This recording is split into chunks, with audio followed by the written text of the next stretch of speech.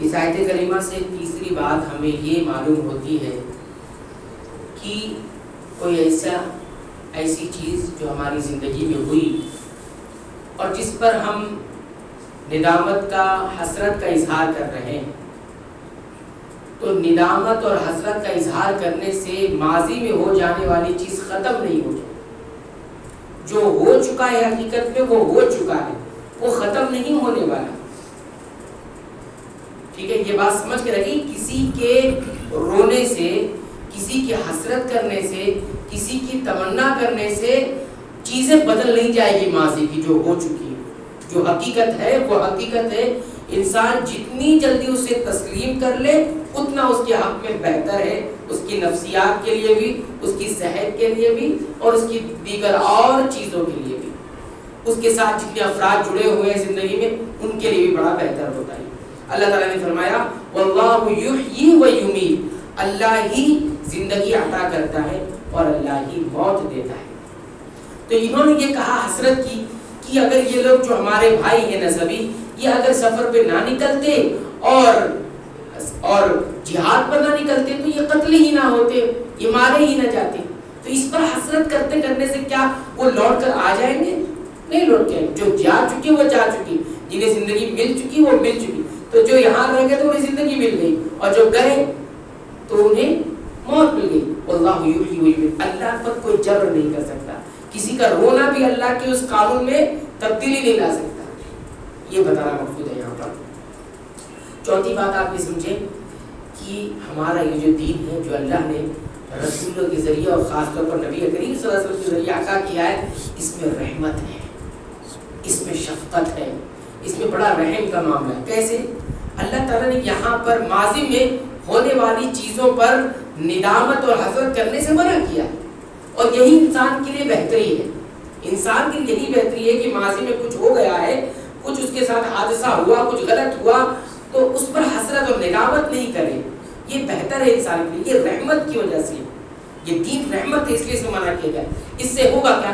انسان مطمئن رہے گا، انسان کے دل حسرت سے خالی ہو جائے گا اور غم نہیں کرے گا. اس پر غم جیسی کیفیت پیدا نہیں ہوگی، بلکہ انسان جب بھی کوئی حادثہ اس کی زندگی میں ہو، کوئی زندگی سے کچھ اس کے چلا جائے، یا اس کی زندگی پر کوئی ایسی چیز آ جائے، مثال کے طور پر کسی کے حادثے میں کسی کے ہاتھ چلے گئے، کسی کے پیر چلے گئے، کسی کی آنکھ چلے گئی، کوئی ایسی چیز چلی گئی.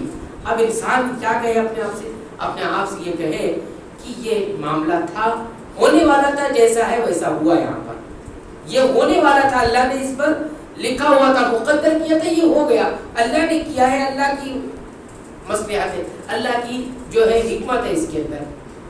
یہ نہ کہے کہ اگر میں ایسا کرتا تو یہ نہیں ہوتا. کچھ لوگ گئے کھیلنے کے لیے میدان میں، کھیلے، اب کھیل رہے تھے، پاؤں پہ لگا، پیر پہ لگا، ہڈی ٹوٹ گئی، کچھ ہو گیا، اب زندگی معذور ہو گیا.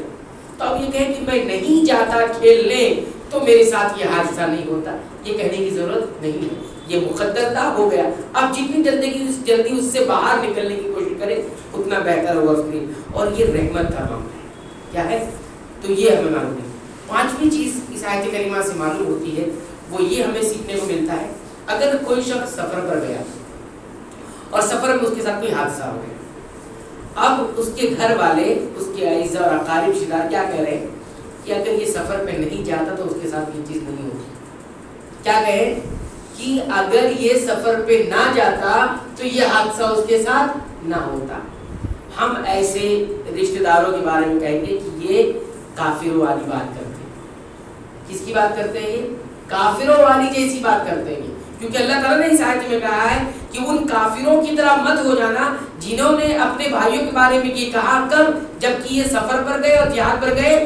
یہ نہیں جاتے تو نہ تو مارے جاتے نہ تو قتل کیے جاتے، ہے نا. بالکل سیم بات ہم اور آپ کہتے ہیں کہ نہیں جاتا تو ہوتا نہیں حادثہ. یہ نہیں کہنا چاہیے، بلکہ کیا کہنا چاہیے؟ ایمان والا یہ کہتا ہے ایسے موقع پر ما شاء اللہ کان، جو کچھ اللہ نے چاہا تھا وہ ہو گیا، وما لم یشاء لم یکن، وہ نہیں چاہتا تو نہیں ہوتا.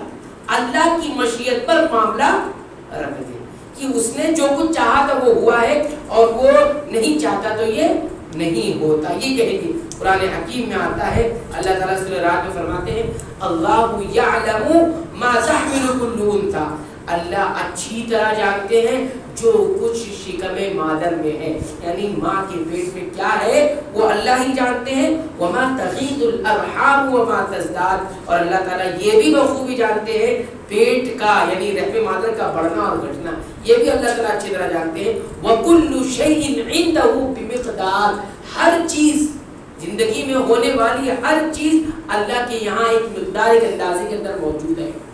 کیسی کون سی چیز رونما ہونے والی ہے سب اللہ کے یہاں ایک اندازے سے مقدر کر دی گئی ہے، اب وہی ہو رہا ہے. اب وہی ہو رہا ہے، کوئی نئی چیز نہیں ہے، ہمارے لیے نہیں ہے لیکن وہ چیز اللہ کے لیے سب ازلی ہے، قدیم ہے. ٹھیک ہے، تو اس لیے کہا کہ رحم مادر میں کیا ہے، نر ہے کہ مادہ ہے، خوبصورت ہے کہ بدصورت ہے، طویل زندگی پائے گا چھوٹی زندگی پائے گا، کتنا جیے گا، یہ ساری باتیں اللہ ہی جانتے.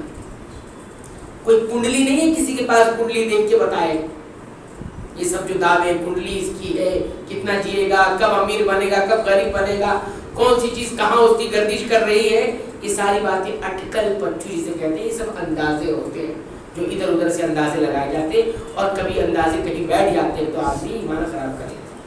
اسی طرح اس میں بتایا گیا کہ ماں کا پیٹ کب بڑھتا ہے کب گھٹتا ہے، اس سے مراد مدت حملے کی، یعنی بچہ جو ہے پیٹ میں انسان کتنا دن گزارتا ہے، کبھی 9 مہینے، کبھی کبھی یہ مدت اور 10 مہینے بھی ہو جاتی، کبھی کبھی مدت کم بھی ہوتی، 7 مہینے میں بھی بچہ جو ہے پیٹ میں رہتا ہے، کبھی 8 مہینے بھی رہتا ہے. یہ مدتیں گھٹی ہے، اللہ ہی کو معلوم ہے کتنا مدت انسان پیٹ کے اندر گزارے گا.